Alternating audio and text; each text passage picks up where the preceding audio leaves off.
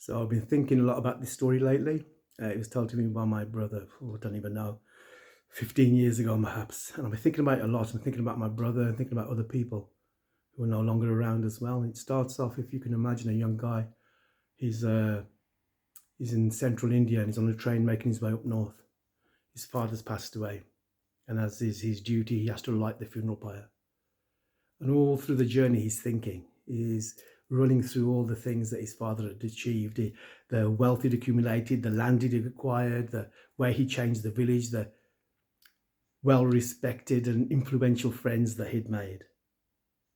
Well, when he gets to the village, he's greeted by the mourners and family members, and there's tears and hugs. And he says, before I go to light the fire, he says, I have to do a few things. He says, just give me some half an hour and I'll be back, I promise. He makes his way to the foothills of some mountains that were there.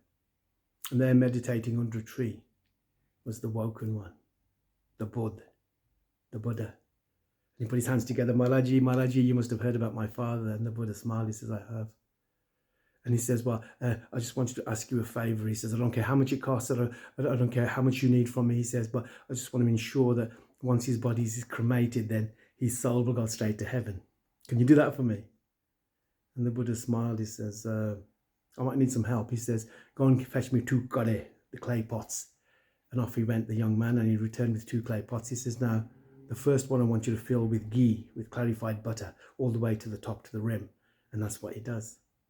And he says, and with the second one, I want you to fill that up with rocks and stones. He does that.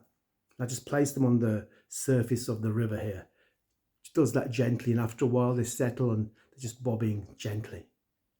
Now take this staff and smash them to smithereens. And that's what he does. And he says, Ki dekhiya? He said, well, it's obvious what I saw.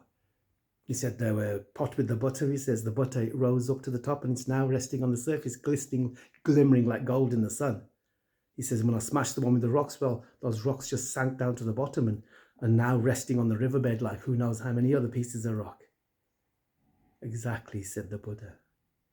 It doesn't matter what we do after death. It doesn't matter what we do as rituals when a person's died. It's how that person lived that will decide whether the soul ascends or whether it sinks down into the abyss. And the young man put his hands together and he returned back to light the funeral pyre. His body finally became a temple, windows blazing with blinding rays. No 6-week fast-track yoga course or false prayer beads could save the day.